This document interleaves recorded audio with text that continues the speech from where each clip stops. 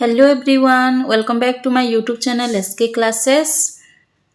आज के वीडियो में हम हरिशंकर परसाई द्वारा लिखित भोलाराम का जीव जो कहानी है उसके बारे में पढ़ेंगे।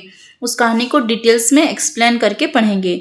तो एक बात है, OSSTT या RST हो गया या LTR हो गया, इसमें भोलाराम का जीव जो है वो निबंध के रूप में दिया गया है, यानी सिलेबस में इसको निबंध कहा गया है।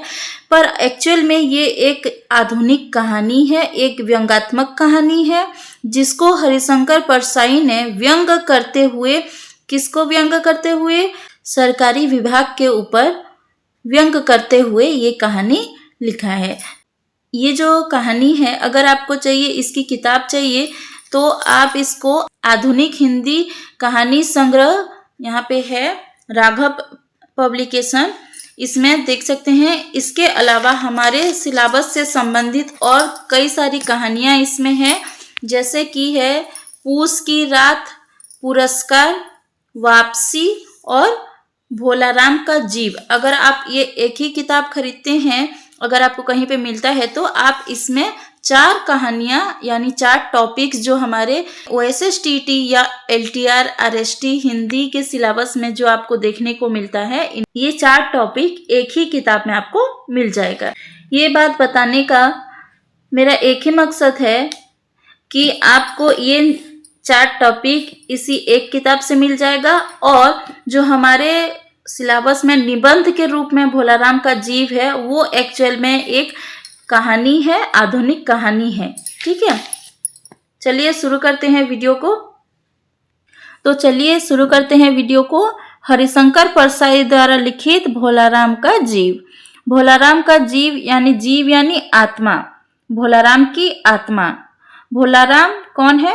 भोलाराम एक 65 साल का बूढ़ा आदमी है जो 60 साल की उम्र तक नौकरी करता था, सरकारी नौकरी करता था, और सरकारी नौकरी के बाद, रिटायरमेंट के बाद उसको पेंशन के लिए इधर उधर भागना पड़ता है। हर ऑफिस में इधर उधर भागना पड़ता है, लेकिन उसको पेंशन नहीं मिलता है। इसी कारण इसके घर की परिस्थिति बहुत खराब हो जाती है और चिंता में इसकी मृत्यु हो जाती है। और इस कहानी के माध्यम से हमें आधुनिक समाज में सरकारी दफ्तरों में हो रही लापरवाही, रिश्वतखोरी और भ्रष्टाचार के बारे में बताया गया है। जब भोलाराम की मृत्यु होती है, यमदूत उसकी आत्मा को लेने के लिए जाते हैं, तो रास्ते में ही वह गायब हो जाता है और कहानी की शुरुआत होती है। ठीक है, चलिए शुरू करते हैं। ऐसा कभी नहीं हुआ था। धर्मराज लाखों वर्षों से असंख्य आदमियों को कर्म और सिफारिश के आधार पर स्वर्ग या नरक में निवास स्थान अलट करते आ रहे थे, पर ऐसा कभी नहीं हुआ था। तो कहानी की शुरुआत से ही हमें आधुनिक समाज के बारे में बताया जा रहा है। कैसे बताया जा रहा है? यहाँ पे देखिए, कर्म और सिफारिश। तो यहाँ पे जो हमें काम मिलता है आधुनिक समाज में, जो हमारे व्यवस्था है, आधुनिक व्यवस्था, उसमें कर्म और सिफारिश दोनों के आधार पर काम होता है। ठीक है, तो इनकी कहानी में हर एक पद में कुछ न कुछ व्यंग आधुनिक समाज के प्रति रहा होगा। ठीक है, तो धर्मराज कई वर्षों से आदमियों को नरक या स्वर्ग जो है अलर्ट करते थे, लेकिन ऐसा कभी नहीं हुआ। क्या कभी नहीं हुआ? आगे देखते हैं। सामने बैठे चित्रगुप्त बार बार चश्मा पोंछ, बार बार थूक से पन्ने पलट रजिस्टर पर रजिस्टर देख रहे थे। गलती पकड़ में ही नहीं आ रही थी। आखिर उन्होंने खींचकर रजिस्टर इतने जोर से बंद किया कि मक्खी चपेट में आ गई। उसे निकालते हुए वे बोले, महाराज, रिकॉर्ड सब ठीक है। भोलाराम के जीव ने 5 दिन पहले ही देह त्यागी और यमदूत के साथ इस लोक के लिए रवाना भी हुआ था, पर यहाँ अभी तक नहीं पहुंचा। यहाँ पे दृश्य बताया गया है यमलोक की। धर्मराज और चित्रगुप्त हैं। चित्रगुप्त बार बार चश्मा को पोंछ रहे हैं, इधर उधर रजिस्टर पलट रहे हैं, देख रहे हैं, हिसाब किताब जो भी है उनका वो कर रहे हैं, लेकिन कहाँ पे गलती हुई है वो समझ में नहीं आ रहा है कि क्या गलती है। भोलाराम का जो जीव है अपना देह 5 दिन पहले ही त्याग चुका है, लेकिन अभी तक यमलोक नहीं पहुंचा है। धर्मराज ने पूछा, और वह दूत कहाँ है? उसकी आत्मा को लेने के लिए जो दूत गया था वो कहाँ है? महाराज, वह भी लापता है। चित्रगुप्त जवाब देते हैं, महाराज वह भी लापता है। यानी 5 दिन पहले भोलाराम की मृत्यु हो चुकी है। उसकी आत्मा के साथ यमदूत वहां से यमलोक आने के लिए रवाना हो चुके हैं, लेकिन अभी तक यहाँ नहीं पहुंचे हैं। और इसी बात की परेशानी है चित्रगुप्त को, क्योंकि वही हमारे कर्मों का हिसाब किताब रखते हैं। इसी समय द्वार खुले और एक बड़ा बदहवास सा वहां आया, यानी हाँफते कांपते आया। उसका मौलिक कुरूप चेहरा परिश्रम, परेशानी और भय के कारण और भी विकृत हो गया था। उसे देखते ही चित्रगुप्त चिल्ला उठे, अरे तू कहाँ रहा इतने दिन? भोलाराम का जीव कहाँ है? तो वहां पे उसी समय जब धर्मराज और चित्रगुप्त की बातचीत हो रही थी कि एक आत्मा है जो अपना शरीर त्याग चुका है और अभी तक यमलोक नहीं पहुंचा है, तो ये बात करते रहते थे। और इसी समय द्वार खुलता है और एक यमदूत आता है, और उसका जो रूप है वो बहुत ही कुरूप है, यानी वो बहुत मोटा सा काला सा जो हमें दिखाया जाता है फिल्मों में, ठीक है, ऐसे ही है। और बहुत परिश्रम करके, परेशानी के साथ, भय के कारण उसके चेहरे में ये सारी चीजें हैं, परेशानी है, क्योंकि जो जीव उसको पकड़ के लाना था वो गायब हो गया है, वो भाग गया है। परिश्रम है, उसको खोजने गया था, वो तो 5 दिनों से लगातार परिश्रम कर रहा है। और भय भी है, क्योंकि अभी उसको डांट पड़ने वाली है धर्मराज से, ठीक है। तो यहाँ पे इसके कारण वो जो उसका कुरूप शरीर है ना, और भी विकृत हो गया है, और कुरूप दिखाई दे रहा है। और उसी समय वो आता है, हाँफते कांपते आता है, और चित्रगुप्त उसी समय बोलते हैं कि तू कहाँ था इतना दिन, और भोलाराम का जीव कहाँ है? तू तो उसको लेने गया था, तो कहाँ है? यमदूत हाथ जोड़कर बोलता है, दयानिधान, मैं कैसे बतलाऊं कि क्या हो गया? आज तक मैंने धोखा नहीं खाया था, पर भोलाराम का जीव इस बार मुझे चकमा दे गया। 5 दिन पहले जब जीव ने भोलाराम की देह त्यागी, तब मैंने उसे पकड़ा और इस लोक की यात्रा आरंभ की। नगर के बाहर ज्यों ही मैं उसे लेकर एक तीव्र वायु तरंग पर सवार हुआ, त्यों ही वह मेरे चंगुल से छूटकर न जाने कहाँ गायब हो गया। इन 5 दिनों में मैंने सारा ब्रह्मांड छान डाला, पर उसका कहीं पता नहीं चला। तो यहाँ पर यमदूत अपना एक्सप्लेनेशन दे रहा है। क्या दे रहा है कि क्या बताऊं क्या हो गया? आज तक मुझे ऐसा धोखा किसी ने नहीं दिया है। मैं इतने सालों से आत्माओं को लाने का काम कर रहा हूं, पर ऐसा धोखा मुझे किसी ने नहीं दिया है। 5 दिन पहले जब मैं गया था, भोलाराम का जो जीव है वो देह त्याग चुका था। मैं उसको लेकर आ रहा था, और जब मैं नगर के बाहर यानी यमलोक के बाहर आया, तब क्या हुआ, वो मेरे चंगुल से छूटकर भाग गया। और 5 दिनों से मैं लगातार उसको ढूंढ रहा हूँ, सारा ब्रह्मांड छान लिया है, बट उसको क्या मुझे वो नहीं मिला। ठीक है, तो यहाँ पे वो अपना एक्सप्लेनेशन दे रहा है। ठीक है, आगे धर्मराज बोलते हैं, मूर्ख, जीवों को लाते लाते बूढ़ा हो गया, फिर भी एक मामूली बूढ़े आदमी के जीव ने तुझे चकमा दे दिया। अब उसको डांट फटकार पड़ती है। दूत ने सिर झुकाकर कहा, महाराज, मेरी सावधानी में बिल्कुल कसर नहीं थी। मेरे इन अभ्यस्त हाथों से अच्छे अच्छे वकील भी नहीं छूट सके, पर इस बार तो कोई इंद्रजाल हो गया का अर्थ है धोखा हो गया। तो यमदूत बोलता है कि अभी तक इतने लोगों को ला चुका हूं यहाँ पर, वकील, कई बड़े बड़े वकील, यानी यहाँ पे वकीलों की बात की गई है कि सबसे चालाक व्यक्ति जैसे वकीलों को भी मैं यहाँ तक ला चुका हूं, पर ऐसा जो धोखा मेरे साथ कभी नहीं हुआ। चित्रगुप्त ने कहा, महाराज, आजकल पृथ्वी पर इस प्रकार का व्यापार बहुत चला है। लोग दोस्तों को कुछ चीज भेजते हैं और उसे रास्ते में ही रेलवे वाले उड़ा लेते हैं। हौजरी के पार्सलों के मोजे रेलवे अफसर पहनते हैं। मालगाड़ी के डिब्बे रास्ते में कट जाते हैं। एक बात और हो रही है, राजनीतिक दलों के नेता विरोधी नेता को उड़ाकर बंद कर देते हैं। कहीं भोलाराम के जीव को भी तो किसी विरोधी ने मरने के बाद भी दुर्गति करने के लिए नहीं उड़ा दिया। तो यहाँ पे ये जो पैराग्राफ है ये हमारे आधुनिक समाज में हो रही घटनाएं हैं, ठीक है। यानी इसको व्यंग के रूप में प्रकट किया गया है। आजकल पृथ्वी में ऐसे बहुत सारी घटनाएं हो रही है।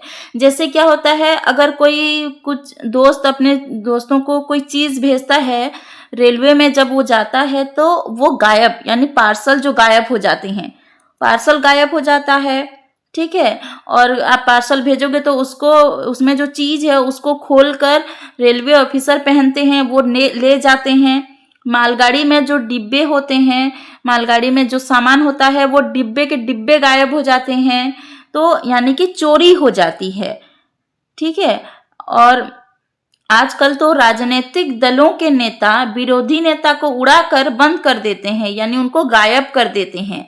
तो चित्रगुप्त बोलते हैं, कहीं भोलाराम के जीव को भी किसी दुश्मन ने, उसके किसी विरोधी आदमी ने कहीं मरने के बाद भी परेशान करने के लिए कहीं बंद करके तो नहीं रख लिया। ऐसे करके उनको शंका होती है। धर्मराज ने व्यंग से चित्रगुप्त की ओर देखते हुए कहा, तुम्हारी भी रिटायर होने की उम्र आ गई। भला भोलाराम जैसे नगण्य दीन आदमी से किसी को क्या लेना देना। तो धर्मराज बताते हैं कि तुम्हारी भी अब रिटायरमेंट की उम्र हो गई है, तुम भी बूढ़े हो चुके हो। इतना भी नहीं पता, भोलाराम जैसा नगण्य दीन आदमी, दीन यानी कि बहुत गरीब, जिसके पास कुछ नहीं है, ऐसे आदमी को किसी से क्या मतलब, किसी से कोई क्या चाहेगा, उससे क्या पा सकता है। तो इसी समय कहीं से ये जो सब बातचीत हो रही है, किसके किसके बीच में, धर्मराज, चित्रगुप्त और यमदूत के बीच में। और इसी समय आ जाते हैं नारद मुनि। नारद मुनि तो इधर उधर घूमते रहते हैं। धर्मराज को गुमसुम बैठे देखे, क्योंकि अब धर्मराज परेशान है, क्योंकि एक जीव, एक आत्मा गायब हो गई है और उसका हिसाब किताब अभी करना बाकी है। तो गुमसुम होकर बैठे हुए थे। तो नारद मुनि आते हैं और प्रश्न पूछते हैं, क्यों धर्मराज, कैसे चिंतित बैठे हैं? क्या नरक में निवास स्थान की समस्या अभी हल नहीं हुई? तो यहाँ पे प्रश्न पूछते हैं कि जो नरक में जो, यानी नरक में जो रहने की व्यवस्था, क्योंकि ये इंगित करता है इस बात को कि आजकल पाप बढ़ गया है, आजकल समाज में पाप बढ़ गया है, नरक में ज्यादा लोग जा रहे हैं, अब वहां रहने के लिए समस्या पैदा हो गई है। तो धर्मराज कहते हैं, वह समस्या तो कभी की कभी हल हो गई, यानी वो हल हो चुकी है, उसका समाधान हो गया है। नरक में पिछले सालों में बड़े गुणी कारीगर आ गए हैं। यहाँ पे भी हमारी आधुनिक समाज में हो रही कार्यकलाप का व्यंग रूप दिखाई देगा। जैसे नरक में पिछले सालों में बड़े गुणी कारीगर आ गए हैं, कई इमारतों के ठेकेदार हैं, यानी जो हमारे ठेकेदार होते हैं, जिन्होंने पूरे पैसे लेकर रद्दी इमारतें बनाई। तो यहाँ पे इस बात की और इंगित किया जा रहा है कि आजकल पैसे तो पूरे लेते हैं लेकिन बेईमानी करते हैं उसमें, और रद्दी इमारतें बनाई, यानी कि जितने पैसे लिए उस हिसाब से काम नहीं किया, लापरवाही की गई। बड़े बड़े इंजीनियर भी आ गए हैं, जिन्होंने ठेकेदारों से मिलकर पंचवर्गीय योजनाओं का पैसा खाया। तो ये जो घटनाएं हैं पूरे हमारे आधुनिक समाज में हो रहे, ऑफिसों में, दफ्तरों में लोगों के बीच हो रही लापरवाही, रिश्वतखोरी, इन सब के बारे में बताया गया है। तो इंजीनियर भी क्या करते हैं, ठेकेदारों से मिल जाते हैं और पंचवर्गीय योजनाओं का सारा पैसा खा जाते हैं। ओवरसियर भी हैं, जिन्होंने उन मजदूरों की हाजिरी भरकर पैसा हड़पा जो कभी काम पर गए ही नहीं। यानी जो हमारी सरकारी जो भी काम होते हैं उसमें 10 लोगों को काम करवाएंगे लेकिन 50 लोग 100 लोगों का पैसा लेंगे, यानी कम काम कराएंगे, ज्यादा सरकार से पैसे लेंगे। तो यहाँ पे इस बात को बताया गया है। इन्होंने बहुत जल्दी नरक में कई इमारतें तान दी है। अब वो मरने के बाद नरक ही जाएंगे, इसका मतलब यही है कि अब वो मर गए तो वो नरक में जाएंगे। ऑब्वियसली इतना पैसा खाएंगे, लोगों का जो टैक्स का पैसा है वो सब खाएंगे, तो नरक में ही जाएंगे। और नरक में भी वो अपना यही बेईमानी का काम कर रहे हैं, लेकिन कई इमारतें बना दी जिससे जो रहने की समस्या है वो दूर हो गई। वह समस्या तो हल हो गई, पर एक बड़ी विकट उलझन आ गई है। तो जो समस्या के बारे में नारद पूछ रहे थे वो तो हल हो चुका है, वो समाधान हो चुका है, लेकिन और एक बड़ी समस्या है कि एक जीव जो है गायब हो गया है, कहीं चला गया है। अब उसका एक्सप्लेनेशन देते हैं कि कौन क्या है। तो कौन था? भोलाराम। भोलाराम नाम का एक आदमी की 5 दिन पहले मृत्यु हुई। उसके जीव को यह दूध यहाँ ला रहा था कि जीव इसे रास्ते में चकमा देकर भाग गया। इसने सारा ब्रह्मांड छान डाला, पर वह कहीं नहीं मिला। अगर ऐसा होने लगा तो पाप पुण्य का भेद ही मिट जाएगा। तो यहाँ पे ऐसा होने लगा, आत्माएं गायब होने लगी, अपने मन से रहने लगी, तो पाप और पुण्य के आधार पर इनको स्वर्ग या नरक कैसे भेजेंगे, है ना। तो नारद पूछते हैं, उस पर इनकम टैक्स तो बकाया नहीं था, यानी इनकम टैक्स बाकी नहीं था। हो सकता है उन लोगों ने रोक लिया हो। तो यहाँ पे ये बताया गया है कि इनकम टैक्स वाले क्या करते हैं, ठीक है। तो अगर इनकम टैक्स बाकी होता तो वो लोग उसको आने नहीं देते, यानी इनकम टैक्स आपको भरना ही भरना पड़ेगा। तो जो आजकल हम टैक्स पे कर रहे हैं, ठीक है। चित्रगुप्त ने कहा, इनकम होती तो टैक्स होता, भूखमर्रा था, यानी अगर उसके पास कोई इनकम होता तो ही तो वो टैक्स देता ना। वो तो एक भूखमर्रा था, गरीब था। नारद बोले, मामला बड़ा दिलचस्प है, मुझे उसका नाम पता तो बताओ, मैं पृथ्वी पर जाता हूँ। नारद बोलते हैं कि मैं जाकर उसको खोज के लाता हूँ, आप मुझे उसका नाम पता दे दो।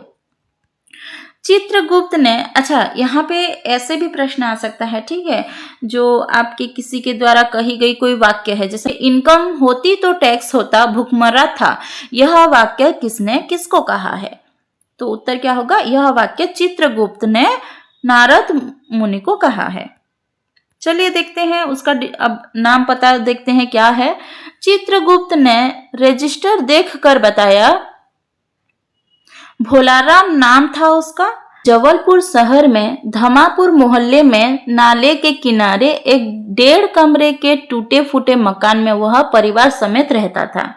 तो वह कहाँ रहता था, किस शहर में रहता था? जबलपुर शहर में एक मोहल्ला का नाम है धमापुर। उसकी स्त्री, 2 लड़के और 1 लड़की। तो इनसे प्रश्न आ सकते हैं, वो कहाँ रहता था या कहाँ का रहने वाला था, उसके कितने बच्चे थे? 3 बच्चे थे, 2 लड़के और 1 लड़की। उम्र लगभग 65 साल, सरकारी नौकरी करता था। 60 साल की उम्र में रिटायरमेंट लेने के बाद 5 साल वो क्या करने लगा, इस दफ्तर से उस दफ्तर दौड़ भाग करने लगा ताकि उसको पेंशन मिले। लेकिन दफ्तरों के लापरवाही और रिश्वत लेने के चक्कर में उन्होंने उसका काम नहीं किया और चिंता में वो मर गया था, ठीक है। तो चलो देखते हैं।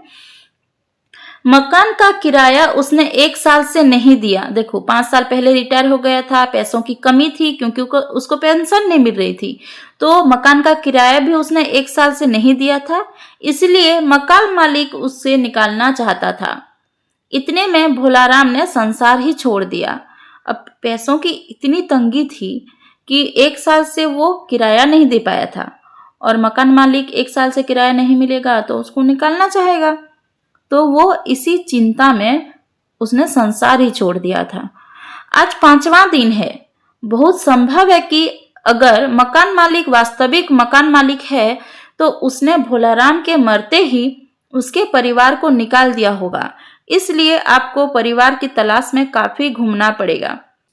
1 साल से किराया नहीं दिया है और मकान मालिक अगर वास्तविक मकान मालिक है, अर्थात यहाँ पे जो अभी के गरीब लोगों के साथ जो सिचुएशन हो रहा है वो सब है, कि अगर वो सच में एक मकान मालिक की तरह बिहेव करेगा तो इसके मरते ही, क्योंकि घर में कमाने वाला और कोई नहीं था, तो इसके मरते ही परिवार को निकाल दिया होगा। और ये जाके ढूंढेंगे ना, पहले कहाँ जाएंगे, पहले अगर किसी को ढूंढना होगा तो पहले उसके घर जाएंगे ना, तो यहाँ पे वो पहले घर जाना चाहते हैं। तो चित्रगुप्त बोलते हैं कि आप, वो तो निकाल दिया होगा मकान मालिक उसके परिवार लोगों को, तो उनको ढूंढने के लिए आपको थोड़ा सा घूमना पड़ेगा, काफी घूमना पड़ेगा आपको, यानी उनकी तलाश करनी पड़ेगी, उनको खोजना पड़ेगा। उसके बाद नारद मुनि धरती लोक पर आते हैं और पहले उस पते पर जाते हैं जिसका पता चित्रगुप्त ने उनको दिया था। तो वहां पे जाते ही माँ बेटी के सम्मिलित क्रंदन से ही नारद भोलाराम का मकान पहचान गए। वहां पर जाते ही वहां पे माँ और बेटी दोनों मिलकर रो रहे थे, तो उससे उनको पता चल गया कि हाँ, यही भोलाराम का घर है। जब वहां द्वार पर जाते हैं तो उन्होंने आवाज लगाई, नारायण नारायण। लड़की ने देखकर कहा, आगे जाओ महाराज। नारद ने कहा, मुझे भिक्षा नहीं चाहिए, मुझे भोलाराम के बारे में कुछ पूछताछ करनी है। अपनी माँ को जरा बाहर भेजो बेटी। तो पहले जाते हैं और बोलते हैं नारायण नारायण। तो लड़की को लगता है कोई भीख मांगने के लिए आए हैं, तो अब उसके घर में, खुद के घर में तो कुछ नहीं है, तो क्या देगी। तो क्या करती है, बोल देते हैं कि आगे जाओ महाराज, यानी हमारे यहाँ कुछ नहीं है। तब नारद बोलते हैं, मैं यहाँ भिक्षा लेने नहीं आया हूँ, मुझे भोलाराम के बारे में कुछ पूछताछ करनी है, थोड़ा अपने माँ को बुलाओ, मैं उनसे बात करूंगी। तो भोलाराम की पत्नी बाहर आती है। माता, भोलाराम को क्या बीमारी थी, यानी उनकी मृत्यु जो हुई थी किस कारण से हुई थी। तो उनकी पत्नी बताती हैं, क्या बताऊं, गरीबी की बीमारी थी, यानी उनको कोई भी बीमारी नहीं थी, वो गरीब थे और गरीबी के कारण ही उनकी मृत्यु हो गई थी। 5 साल हो गए, घर बैठे पर पेंशन अभी तक नहीं मिली। हर 10-15 दिन में एक दरख्वास्त देते थे, पर वहां से या तो जवाब आता ही नहीं था, और आता तो यह कि तुम्हारे पेंशन के मामले पर विचार हो रहा है। इन 5 सालों में मेरे सब गहने बेचकर हम लोग खा गए, फिर बर्तन बिके, अब कुछ नहीं बचा। फाके होने लगे थे, चिंता में घुलते घुलते और भूखे मरते मरते उन्होंने दम तोड़ दी। तो यहाँ पे उनके बारे में एक्सप्लेन करती है उनकी पत्नी कि 5 सालों से पेंशन नहीं मिला है और हर 10-15 दिन में जाकर एप्लीकेशन दे के आते हैं, लेकिन कोई भी जवाब नहीं आता था, और जवाब आए तो भी लिखा होता था कि पेंशन के मामले में बातचीत हो रही है। और इस बीच क्योंकि इनके पास और कमाने का, खाने पीने का और कोई सोर्स नहीं था, तो सब गहने बिक गए और उसके बाद बर्तन भी बिक गए, अब कुछ नहीं बचा है और फाके होने लगा, यानी कि गरीबी आने लगी, यानी बहुत ही बुरी हालत हो गई। और इसी चिंता में घुलते घुलते और भूख के कारण भोलाराम की मृत्यु हो गई। तो प्रश्न आता है, भोलाराम की मृत्यु कैसे हुई थी? भूख के कारण। नारद कहते हैं, क्या करोगे माँ, उनकी इतनी ही उम्र थी। प्रकट करते हैं और बोलते हैं कि क्या कर सकते हैं, उनकी तो इतनी ही उम्र थी। तो उनकी पत्नी बोलती हैं, ऐसा तो मत कहो महाराज, उम्र तो बहुत थी, 50-60 रुपया महीना पेंशन मिलती तो कुछ और काम कहीं करके गुजारा हो जाता, पर क्या करे, 5 साल नौकरी से बैठे हो गए और अभी तक एक कौड़ी नहीं मिली। उनकी पत्नी कहती हैं कि ऐसे तो मत कहो, उनकी और लंबी उम्र थी, लेकिन 5 सालों से वो कहीं काम पे नहीं गए, 5 सालों से घर में एक पैसा नहीं है, तो क्या कर सकते हैं, वरना अगर पेंशन के पैसे मिलते तो हम कुछ और काम करके घर गुजारा कर लेते और उनको इतनी चिंता नहीं होती। दुख की कथा सुनने की फुर्सत नारद को थी नहीं, क्योंकि नारद को उस आत्मा को भी खोजना है। ठीक है, तो अब दुख, उनका जो दुख है वो सुनने की इनको फुर्सत नहीं थी, टाइम नहीं था इनके पास। वे अपने मुद्दे पर आए, डायरेक्ट उनको पूछने लगा, माँ यह तो बताओ कि यहाँ किसी से उनका विशेष प्रेम था जिससे उनका जी लगा हो, क्योंकि अब देखो घर पे तो वो नहीं है, ढूंढने आ गए नारद मुनि, तो घर पे तो नहीं था भोलाराम का जीव। तो बोलते हैं कि कहीं और उनका मन तो नहीं लगा होगा, क्योंकि जब किसी जगह पे या किसी स्थान पे या किसी व्यक्ति के ऊपर, किसी चीज के ऊपर अगर अपना मन लगा होगा तो हम उससे दूर नहीं जा सकते। तो अब लगता है नारद को कि कहीं ऐसे जगह पे तो भोलाराम का जीव नहीं है जहाँ पे उसका जी लगा होगा, उसका मन लगा होगा वहां पे। तो पूछते हैं, ठीक है, कि किसी और से तो विशेष प्रेम नहीं था उनको। तो पत्नी बोलती है, लगाव तो महाराज बाल बच्चों से ही होता है, यानी उनका लगाव तो बाल बच्चों पर ही था, अपने बच्चों पर ही था, नहीं परिवार के बाहर भी हो सकता है। अब नारद बोलते हैं कि परिवार के बाहर भी अगर कोई हो तो मेरा मतलब है किसी स्त्री से। तो उनकी जो पत्नी है वो गुस्से से बोलती है कि स्त्री ने गुर्रा कर नारद की ओर देखा। भोलाराम की पत्नी ने उनको गुस्से से देखा और बोली, बको मत महाराज, साधु हो कोई चे लफंगे नहीं। जिंदगी भर उन्होंने किसी दूसरी स्त्री को आंख उठाकर भी नहीं देखा। उसकी पत्नी गुस्से से बोलती है कि क्या बकते हो, मेरे पति सिर्फ घर में बाल बच्चों को ज्यादा पसंद करते थे, किसी दूसरी स्त्री की ओर आंख उठाकर कभी नहीं देखा है। नारद हंसकर बोले, हाँ तुम्हारा यह सोचना ठीक ही है, यही भ्रम अच्छी गृहस्थी का आधार है। अच्छा माता मैं चला। व्यंग समझने की असमर्थता ने नारद को सती के क्रोध की ज्वाला से बचा लिया।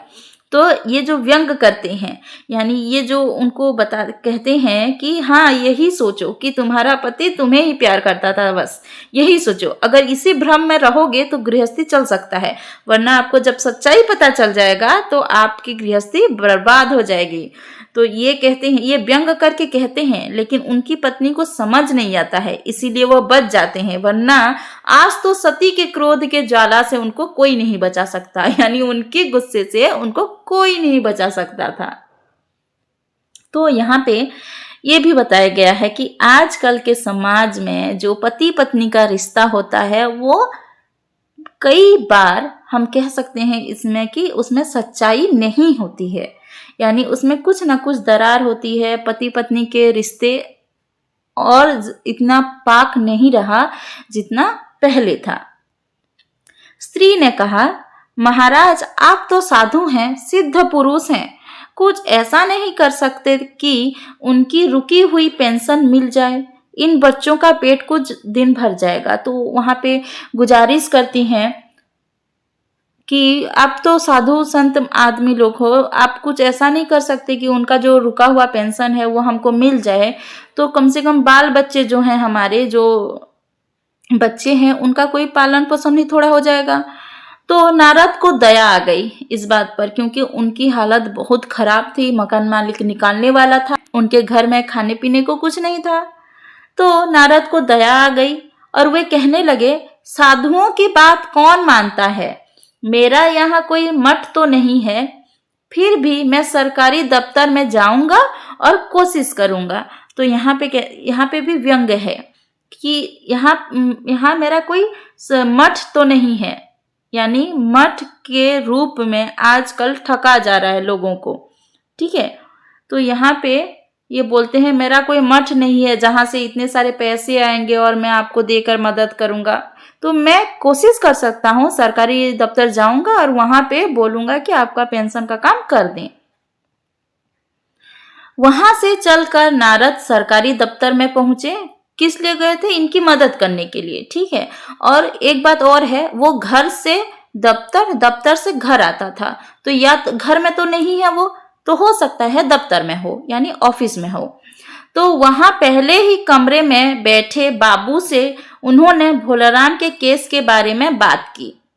तो यहाँ पे देखो, पहले जाते हैं दफ्तर को, ऑफिस को जाते हैं, पहले कमरे में एक बाबू यानी क्लर्क बैठा होता है, तो उससे बात करने की कोशिश करते हैं। उस बाबू ने उन्हें ध्यान पूर्वक देखा और बोला, भोलाराम ने दरख्वास्तें तो भेजी थी पर उन पर वजन नहीं रखा था, इसलिए कहीं उड़ गई होंगी। तो देखे होंगे आप, कहीं भी सरकारी दफ्तर में कोई रिश्वत लेना चाहता होगा तो डायरेक्टली नहीं बोलता है, इनडायरेक्टली बोलते हैं, कई तरह से इनडायरेक्टली बोलते हैं। तो यहाँ पे भी बोलता है, वो बाबू जवाब देता है, वो क्लर्क जवाब देता है कि हाँ आया तो था एप्लीकेशन, लेकिन शायद उसने कुछ वजन नहीं रखा था उसके ऊपर, इसीलिए वो कहीं उड़ गया है। यानी उसने कुछ रिश्वत नहीं दिया होगा, काम करने के लिए कुछ पैसे नहीं दिए होंगे, तो उसका फाइल पड़ा है। नारद ने कहा, भाई ये बहुत से पेपर वेट तो रखा है, उन्हें क्यों नहीं रख दिया? तो पेपर वेट मतलब वो जो हम पेपर के ऊपर रखते हैं ताकि वो ना उड़े। तो बोलते हैं कि अरे ये तो है, इसको रख देते, पेपर वेट को रख देते, तुम्हारे पास तो है। मतलब नारद जी यहाँ पर जो धरती लोक पर हो रही भ्रष्टाचार के बारे में नहीं जानते हैं, और उनको नहीं पता है वजन रखना का अर्थ है पैसे देना, रिश्वत देना। तो वो कहते हैं अरे पेपर वेट तो रखा है, इसको रख देते। बाबू हंसा, आप साधु हैं, आपको दुनियादारी समझ में नहीं आती, दरख्वास्तें पेपर वेट से नहीं दबती। खैर आप उस कमरे में बैठे बाबू से मिलिए। तो यहाँ पे वो जो क्लर्क है वो हंसकर बोलता है, आप तो साधु आदमी हैं, संत आदमी हैं, आपको दुनियादारी समझ में नहीं आएगी। दरख्वास्त जो है, एप्लीकेशन जो है, वो पेपर वेट से नहीं किसी और चीज से दबता है, टिका रहता है। चलो मैं तो आपको नहीं समझा सकता, आप दूसरे वाले बाबू को यानी एक और उसके ऊपर वाला क्लर्क को मिलने के लिए भेज देता है। अब एक क्लर्क से दूसरे क्लर्क, नारद उस बाबू के पास गए, उसने तीसरे के पास भेज दिया, यानी यहाँ से वहाँ, वहाँ से वहाँ। जो किसके साथ हो रहा था? जो भोलाराम के साथ हो रहा था। जब वो पेंशन के लिए बात करने आता था, एप्लीकेशन देने आता था, तो इधर से उधर उसको भेज दिया जाता था। तीसरे ने चौथे के पास भेजा, चौथे ने पांचवें के पास भेजा, यानी ऐसे करके नारद मुनि लगातार इधर उधर हो रहे थे, लेकिन कहीं पे भी बात नहीं बन रही थी। जब नारद 25-30 बाबुओं और अफसरों के पास घूम आए, तब एक चपरासी ने कहा, महाराज क्यों इस झंझट में पड़ गए? आप अगर साल भर भी यहाँ चक्कर लगाते रहें तो भी काम नहीं होगा। आप तो सीधे बड़े साहब से मिलिए, उन्हें खुश कर लिया तो अभी आपका काम हो जाएगा। तो यहाँ पे एक इधर से उधर वो 25-30 बाबुओं से, अफसरों से मिल चुके थे। यानी इधर ये बोल रहा है उधर जाओ, वो बोल रहा है उधर जाओ, यानी कहीं पे भी उनको डायरेक्ट कोई कुछ नहीं बता रहा था। लेकिन एक चपरासी बोलता है कि आप ऐसे घूमोगे ना तो 1 साल 2 साल में भी आप कुछ नहीं कर पाओगे, आपका काम नहीं होगा। डायरेक्ट आप बड़े साहब से मिलो और उनसे बात करो, अगर आप उनको खुश कर लिया तो आपका काम चुटकी में हो जाएगा।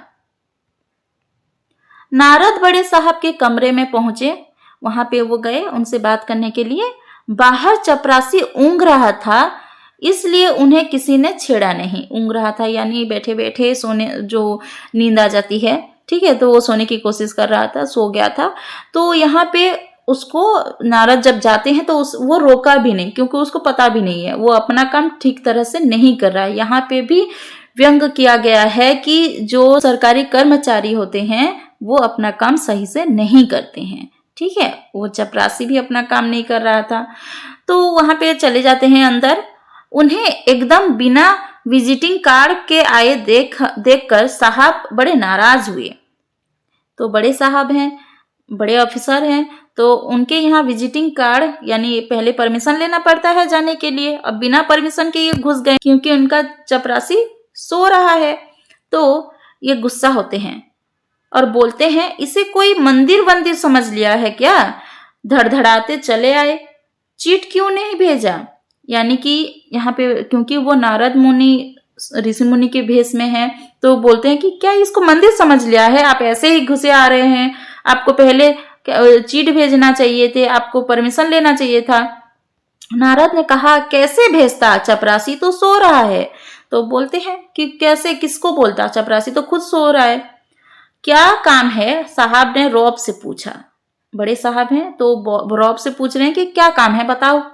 नारद ने भोलाराम का पेंशन केस बतलाया। अब उसको डिटेल्स में बताया कि 5 साल पहले ही उसका रिटायरमेंट हो चुका है, अभी तक पेंशन नहीं मिला है। तो साहब बोलते हैं, आप हैं बैरागी। बैरागी का अर्थ होता है संसार को जिसने छोड़ चुका है, संसार के माया मोह को त्याग चुका है, दफ्तरों के रीति रिवाज नहीं जानती, ऑफिस में जो होता है उसको आप नहीं जान सकते। असल में भोलाराम ने गलती की। क्या गलती की? भाई यह भी एक मंदिर है, यहाँ भी दान पुण्य करना पड़ता है। आप भोलाराम के आत्मीय मालूम होते हैं, भोलाराम की दरख्वास्तें उड़ रही हैं, उन पर वजन रखिए। देखो पहले भी जो पहले बाबू थे उनके पास भी जब गए थे नारद मुनि, तो वहां पे भी कहा गया था कि वजन नहीं रखा था इसलिए वो उड़ गया। अब यहाँ भी बड़े बाबू भी कहते हैं कि ये भी एक मंदिर है, यहाँ दान पुण्य करना पड़ता है, और आप तो भोलाराम के सगे संबंधी लगते हैं और आप यहाँ पे वजन रखिए, काम हो जाएगा। यानी कि यहाँ पे रिश्वत मांगा गया है, रिश्वत मांगने की कोशिश की गई है। ठीक है। नारद ने सोचा कि फिर यहाँ वजन की समस्या खड़ी हो गई, यानी क्योंकि उनको रिश्वत के बारे में नहीं पता। यहाँ पे जो रिश्वतखोरी होती है, जो बेईमानी होती है, लापरवाही होती है, उसके बारे में नहीं पता। तो बोलते हैं कि अरे वहां पे भी वजन की बात की जा रही थी, यहाँ पे भी की जा रही है, क्या बात है? साहब बोले, भाई सरकारी पैसे का मामला है, पेंशन का केस 20 दफ्तरों में जाता है, देर ही लग जाती है, 20 बार एक ही बात को 20 जगह पर लिखना पड़ता है, तब पक्की होती है। जितनी पेंशन मिलती है उतनी ही स्टेशनरी लग जाती है। स्टेशनरी मतलब कि जो उसको बनाने के लिए फाइल लगेगा, पेपर लगेगा, स्टेपलर लगेगा, जो ये सारी चीजें होती है, यानी इसको बनाने के लिए जो खर्च होता है, ठीक है, वो लगता है, पैसे लगते हैं इसके लिए। हाँ, जल्दी भी हो सकता है, मगर साहब रुके, मतलब मगर करके साहब रुक गए। आगे नहीं बोला कि पैसे दो या कुछ दो, ऐसे करके डायरेक्ट नहीं बोलते हैं, ठीक है, बट उसी ओर इंगित करते हैं, उसी ओर बताने की कोशिश करते हैं कि यहाँ पे कुछ रखो तो ही आपका काम होगा। नारद ने कहा, मगर क्या? अब नारद को तो समझ नहीं आ रहा है। साहब ने कुटिल मुस्कान के साथ कहा, यानी कि उनको मुस्कुराते हैं वो कहा, एक मीनिंगफुल स्माइल देकर कहा, मगर वजन चाहिए। मगर क्या? उनको क्या चाहिए? भोलाराम का जो पेंशन है उसको क्लियर करने के लिए उनको क्या चाहिए? वजन चाहिए। आप समझे नहीं, जैसे आपकी यह सुंदर वीणा है, इसकी भी वजन भोलाराम की दरख्वास्त पर रखा जा सकता है। देखो ऋषि मुनि है, ऑब्वियसली उसके पास पैसे तो होंगे नहीं, तो वो क्या, नारद मुनि क्या अपने हाथ में पकड़े रहते हैं, हमेशा पकड़े रहते हैं उनका वीणा। तो उसको देखकर बड़े बाबू सोचते हैं कि ये भी वजन के रूप में रखा जा सकता है, यानी इसकी भी रिश्वत ली जा सकती है, इसको भी रिश्वत के रूप में लिया जा सकता है। तो ये बोलते हैं कि आपका जो वीणा है ये भी वजन का काम कर सकता है, अगर आप भोलाराम के फाइल के ऊपर ये रख दो तो आपका काम हो जाएगा। मेरी लड़की गाना बजाना सीखती है। किसकी लड़की की बात हो रही है? बड़े साहब की। तो उसकी लड़की गाना बजाना सीख रही है और ये जो वीणा है वो अपने बेटी को दे देगा और वो भी कुछ सीख सकता है, ठीक है। साधुओं की वीणा तो बड़ी पवित्र होती है, लड़की जल्दी संगीत सीख गई तो उसका शादी हो जाएगी। तो यहाँ पे देखो, तो यहाँ पे रिश्वत के रूप में बड़े साहब क्या मांग रहे हैं? नारद की वीणा।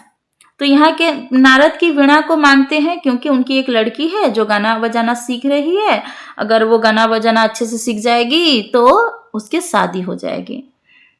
नारद अपनी वीणा छीनते देखकर जरा घबराए, क्योंकि नारद को पता नहीं था कि रिश्वत ली जा रही है या कुछ लिया जा रहा है। तो यहाँ पे वो समझ जाते हैं कि कुछ देंगे तो ही पेंशन का फाइल क्लियर होगा और पैसे मिलेंगे, यानी कुछ पाना है तो कुछ देना भी पड़ेगा।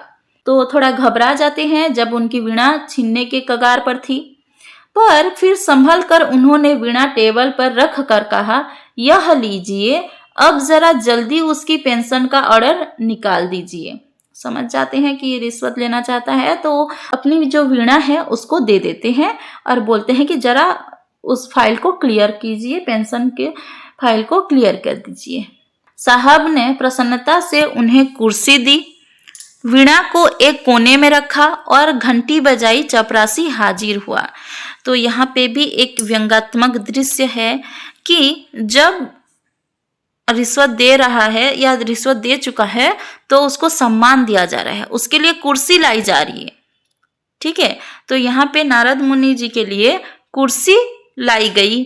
ठीक है, तुरंत ही वीणा को रख कर पेंशन की फाइल मंगवाई गई, यानी कि रिश्वत देने पर काम पूरा हो जा रहा है, काम जल्दी हो रहा है, सम्मान मिल रहा है, यानी मतलब अगर पूरा किया जा रहा है तो काम हो रहा है। तो यहाँ पे हमारे आधुनिक दफ्तरों में हो रही रिश्वतखोरी, हो रही बेईमानी का व्यंग्यात्मक रूप दिखाया गया है। साहब ने हुक्म दिया, बड़े बाबू से भोलाराम के केस की फाइल लाओ। थोड़ी देर बाद चपरासी भोलाराम की 100-150 दरख्वास्तों से भरी फाइल लेकर आया। तो भोलाराम ने कितनी दरख्वास्त लिखी थी? लगभग 100-150 दरख्वास्तें लिखी थी। इतनी एप्लीकेशन थी उस फाइल में, फिर भी उसका काम नहीं हो रहा था। जब नारद मुनि अपनी वीणा दे देते हैं तो काम तुरंत होने लगता है। उसमें पेंशन के कागजात भी थे, एप्लीकेशन के साथ पेंशन के भी कागजात थे।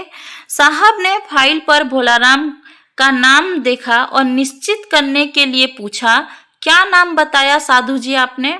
तो फाइल लेकर आया और नाम को कंफर्म करने के लिए साधु से पूछते हैं कि क्या नाम बताया था, जो आदमी थे उनका नाम क्या बताया था। नारद समझे कि साहब कुछ ऊंचा सुनते हैं, तो नारद को लगा कि ये जो बड़े साहब हैं वो थोड़ा ऊंचा सुनते हैं, इसलिए जोर से बोले भोलाराम। भोलाराम का नाम लिया। सहसा फाइल में से आवाज आई, कौन पुकार रहा है मुझे? पोस्टमैन है क्या? पेंशन का ऑर्डर आ गया। तो भोलाराम का जीव कहाँ पर था? उस पेंशन के फाइल में था, क्योंकि उसका मन उसी में लगा था। उसका 5 साल वो लगातार एप्लीकेशन दे रहा है, उसी में जुटा हुआ है, तो उसका मन, उसकी आत्मा उसी के अंदर थी, पेंशन के फाइल के अंदर। जब ये नारद जोर से पुकारते हैं भोलाराम, उसका नाम लेते हैं, तो वो सुनता है उसको और बोलता है, कौन मुझे पुकार रहा है? पोस्टमैन है क्या? मतलब अभी भी मरने के बाद भी उसके मन में आशा है कि कभी ना कभी तो हो ही जाएगा। पोस्टमैन है क्या? पेंशन का ऑर्डर आ गया क्या? तो ये बोलता है। साहब डर कर कुर्सी से लुढ़क गए। अब जब सिर्फ आवाज आएगी तो साहब तो डर के लुढ़क गए। नारद भी चौंक गए कि भोलाराम का जीव जो है, जो यमदूत सारा ब्रह्मांड छान चुका था और कहीं पे उसको नहीं मिला, और वो जीव, वो आत्मा यहाँ पेंशन के फाइल में अटका हुआ है। पर दूसरी ही क्षण बाद समझ गए, बोले, भोलाराम, तुम क्या भोलाराम के जीव हो? हाँ, आवाज आई। भोलाराम की आत्मा बोलती है, हाँ, मैं भोलाराम का जीव हूँ। नारद ने कहा, मैं नारद हूँ, मैं तुम्हें लेने आया हूँ, चलो स्वर्ग में तुम्हारा इंतजार हो रहा है। आवाज आई, मुझे नहीं जाना, मैं तो पेंशन के दरख्वास्तों में अटका हूँ, यही मेरा मन लगा है, मैं अपनी दरख्वास्तों को छोड़कर नहीं जा सकता।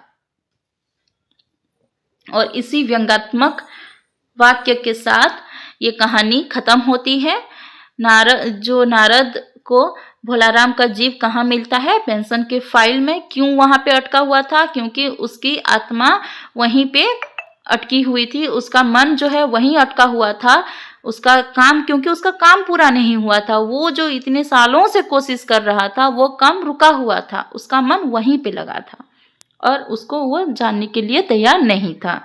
इस कहानी में हमारे सरकारी दफ्तरों में हो रही लापरवाही, रिश्वतखोरी और उसके कारण जो हमारे लोगों को हो रही परेशानियां, उसके बारे में बताया गया है। रिश्वत न मिलने के कारण सरकारी दफ्तरों में ऑफिसर लोग क्या कर रहे थे? पेंशन का ऑर्डर पास नहीं कर रहे थे, और इसी कारण से एक पूरा परिवार गरीबी में जूझ रहा था, एक पूरा परिवार परेशान था, एक आदमी की मृत्यु हो गई, और ये सारी चीजें किस लिए है? रिश्वतखोरी के कारण। तो ये था भोलाराम का जीव कहानी। हरिशंकर प्रसाई द्वारा लिखित एक व्यंग्यात्मक कहानी। आई होप आप सभी को पसंद आया है। इसके नीचे 4 MCQ है, इसको आप कमेंट बॉक्स में लिखकर बताइए इन चारों का उत्तर क्या होगा। कौन लाखों वर्षों से असंख्य आदमियों को कर्म और सिफारिश के आधार पर स्वर्ग या नर्क में निवास स्थान अलट करते आ रहे थे? ऑप्शन दिए गए हैं नारद, चित्रगुप्त, धर्मराज या ब्रह्मदेव। इसका उत्तर बताना। नेक्स्ट है कितने दिन पहले भोलाराम के जीव ने देह त्यागी है? 3, 4, 2, 5। भोलाराम का जीव किसे चकमा दे गया? धर्मराज को, यमदूत को, नारद को, उपयुक्त सभी को। किसने नारद को सती के क्रोध की ज्वाला से बचा लिया? व्यंग समझने की असमर्थता ने, चित्रगुप्त ने, धर्मराज ने, इनमें से कोई नहीं। आप इन चारों प्रश्नों का उत्तर कमेंट बॉक्स में लिखकर जरूर भेजिए। अगर ये वीडियो पसंद आया है तो वीडियो को लाइक कीजिए, चैनल पे नए हैं तो चैनल को सब्सक्राइब कर लीजिए, और अपना कोई दोस्त है जो OSS TET, RST, LTR Hindi teacher के लिए प्रिपरेशन कर रहा है तो उसको ये वीडियो ज़रूर भेजिए। नेक्स्ट वीडियो में इस चैप्टर से जितने भी MCQ पॉसिबल हो सकते हैं सभी को मैं लेके आऊँगी। मिलते हैं एक नए वीडियो के साथ।